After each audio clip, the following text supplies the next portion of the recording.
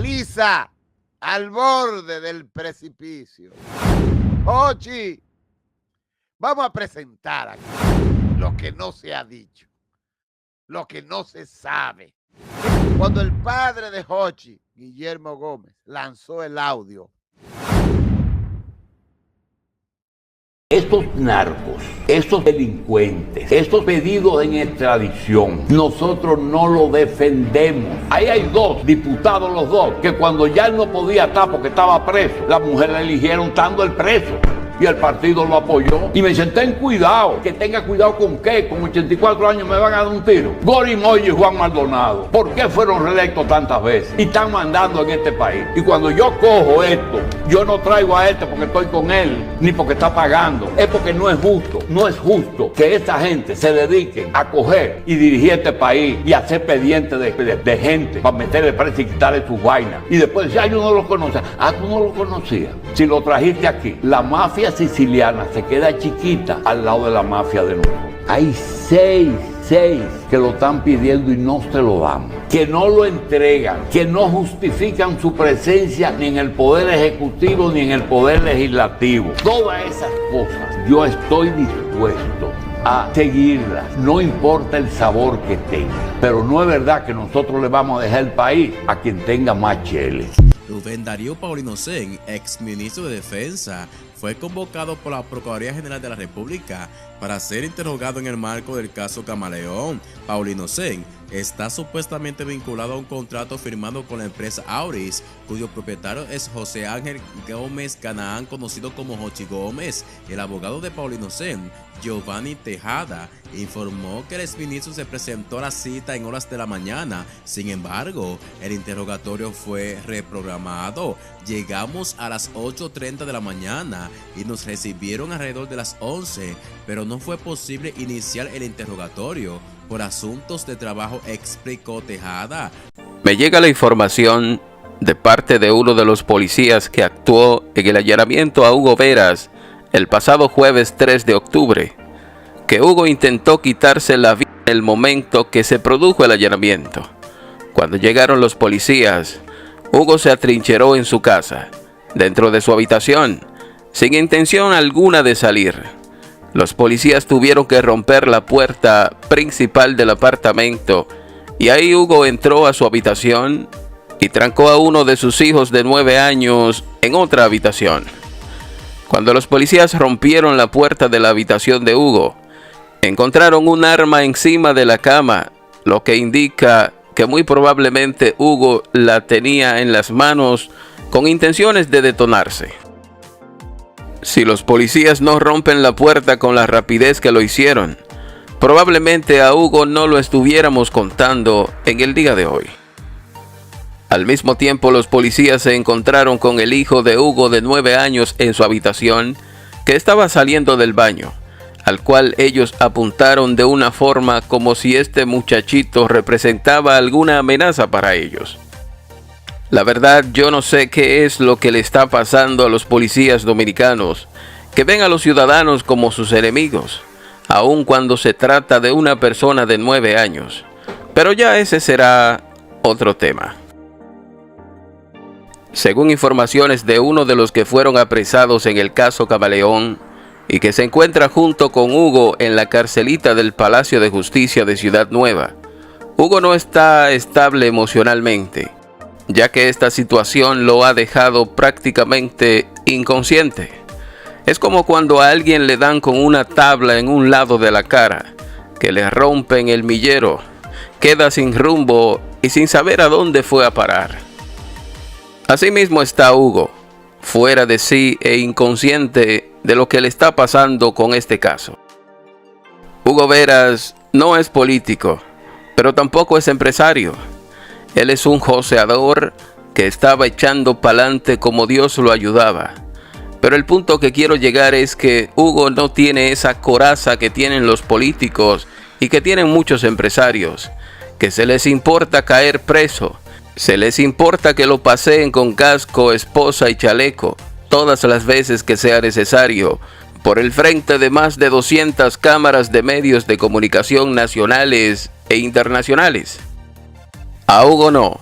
A Hugo le ha dolido este apresamiento, sobre todo porque él es el que menos tiene que ver y es el que menos culpabilidad tiene en todo este bochinche, porque los reales responsables aún no han sido allanados, aún no han sido apresados, pero ni siquiera se les ha llamado para preguntarles cómo se sienten en el día de hoy. A Hugo Veras lo están acusando de no cumplir con la ley 340-06 de compras y contrataciones del Estado. Por un lado, Hugo dice que él envió ese contrato del Intrant en múltiples ocasiones a Carlos Pimentel para su revisión, evaluación y visto bueno de la Dirección de Compras del Estado antes de firmarse. Hugo dice que también envió el jodido contrato a la Contraloría y que ambas instituciones revisaron el contrato y lo aprobaron. Pero luego que el contrato con Jochi Gómez se estaba ejecutando y luego que se le había pagado un 20% de lo contratado, la Dirección de Compras y Contrataciones y su incumbente Carlos Pimentel empezaron a mandar alertas sobre irregularidades en ese proceso. Carlos Pimentel dice que mandó más de 20 alertas al Intrant para que pararan eso, pero Hugo directamente no podía hacer nada, porque ya el contrato se había iniciado e incluso se comenzó a pagar con 1.200 millones que Paliza desvió del IDAC para que se le pagara a Jochi Gómez. Así que Hugo Veras, él por sí solo, no podía hacer nada para revertir lo que ya se había iniciado. Hugo hizo lo que tenía que hacer antes de cerrar el contrato. Se lo mandó a Carlos Pimentel, a Contraloría, le dieron visto bueno y le dio para allá. Cuando Luis Soto, el director del DNI, se dio cuenta que además de los semáforos, Jochi Gómez también estaba instalando cámaras de alta resolución y hasta con reconocimiento facial, se dio cuenta que se estaba instalando un sistema de vigilancia, espionaje y rastreo de alta tecnología en todo el Gran Santo Domingo, paralelo al del DNI. Luego se dio cuenta que también Jochi Gómez tenía un sistema similar en la frontera y que se pretendía expandirlo en todo el país. Es ahí entonces que Luis Soto habla con el presidente Abinader y le advierte del peligro que representa tener todo esto en manos privadas. O más bien, no en manos privadas, sino en manos de particulares, ya que este era un servicio que le estaba pagando el Estado a Hipólito Mejía y a su hija Carolina. De hecho, los servicios que brindaba o que brinda todavía Jochi Gómez en la frontera se instalaron 2 meses antes de Danilo salir del poder. Estas fueron unas gestiones de Hipólito Mejía directamente con el presidente Medina, con la salvedad de que quien sería el nuevo ministro de Defensa en el nuevo gobierno de Abinader sería Díaz Morfa, mano derecha de Hipólito por más de 30 años. Pero Hipólito no quería que su amigo Díaz Morfa se viera embarrado con un posible descubrimiento de esto en el futuro. Es por eso que vemos ahora que ya el Ministerio Público citó a Paulino Sem, quien era el ministro de Defensa al momento de firmar el contrato en el gobierno de Danilo. Sin embargo, Díaz Morfa, que fue quien ejecutó eso por 4 años, no ha sido llamado, pero tampoco han llamado a Hipólito Mejía, que fue quien hizo las gestiones políticas para que a Jochi Gómez se le entregaran estos contratos. Además, Hipólito es el principal beneficiado de todo el espionaje y la vigilancia que se estaba haciendo. De hecho, Pepe Goico, quien también es mano derecha de Hipólito desde hace décadas, tiene un sistema de espionaje Pegasus, que se compró en el gobierno de Hipólito como un asunto de Estado, pero que Pepe Goico se quedó con él cuando salieron del poder para seguir espiando a quien ellos les diera la gana y utilizándolo como un instrumento político y para extorsionar y chantajear al más alto nivel. Es decir, Hipólito siempre ha sido un enfermo con este tipo de cosas, ya que es su principal instrumento para predecir los movimientos de sus adversarios y para confirmar los que realmente están de su lado.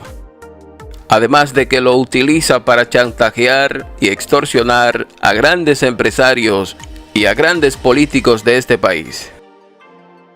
Parece que la misma maña la ha cogido su hija Carolina, ya que a ella también le cogió con instalar cámaras adicionales que serían controladas por el ayuntamiento a través de Jochi Gómez. El ayuntamiento tiene unas 2.000 cámaras distribuidas en todo el distrito. Algunas fueron instaladas por David Collado, pero la gran mayoría fueron instaladas por Carolina Mejía.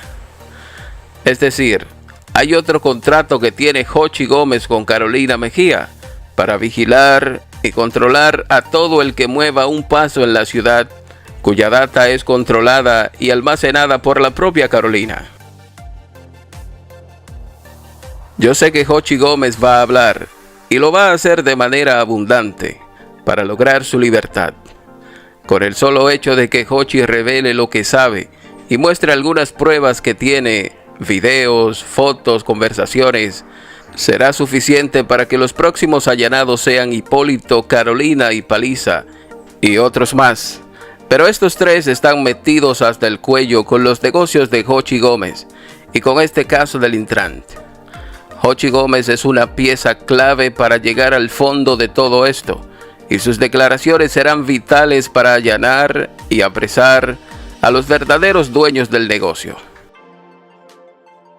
Aunque en menor medida, pero Hugo Veras también tiene información, solo que él tiene miedo, y a esta altura del juego entiende que todo esto se trata de una pesadilla, de un sueño, del que aún no despierta.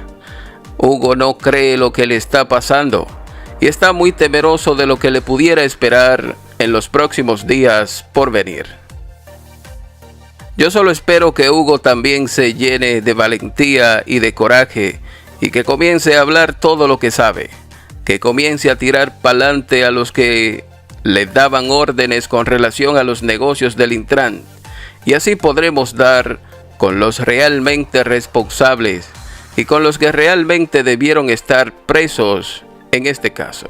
Hay mucho más que decir sobre ese caso. Seré prudente por ahora. La Dirección General de Contrataciones emitió 5 resoluciones en las cuales anuló toda la documentación vinculada a esa licitación para la contratación de los semáforos. Hay un proceso de inhabilitación de manera permanente de la empresa y remitió el caso a la Procuraduría General de la República. En cuanto a nuestras funciones, nuestra competencia, hemos cumplido de acuerdo al mandato de la Ley 340 y ese caso se encuentra ahora en otras instancias, en manos del Ministerio Público, el cual está cumpliendo también con sus funciones y sus responsabilidades, y nosotros pues nos reiteramos a la orden del Ministerio Público para cualquier información, cualquier documentación que requiera con relación a eso.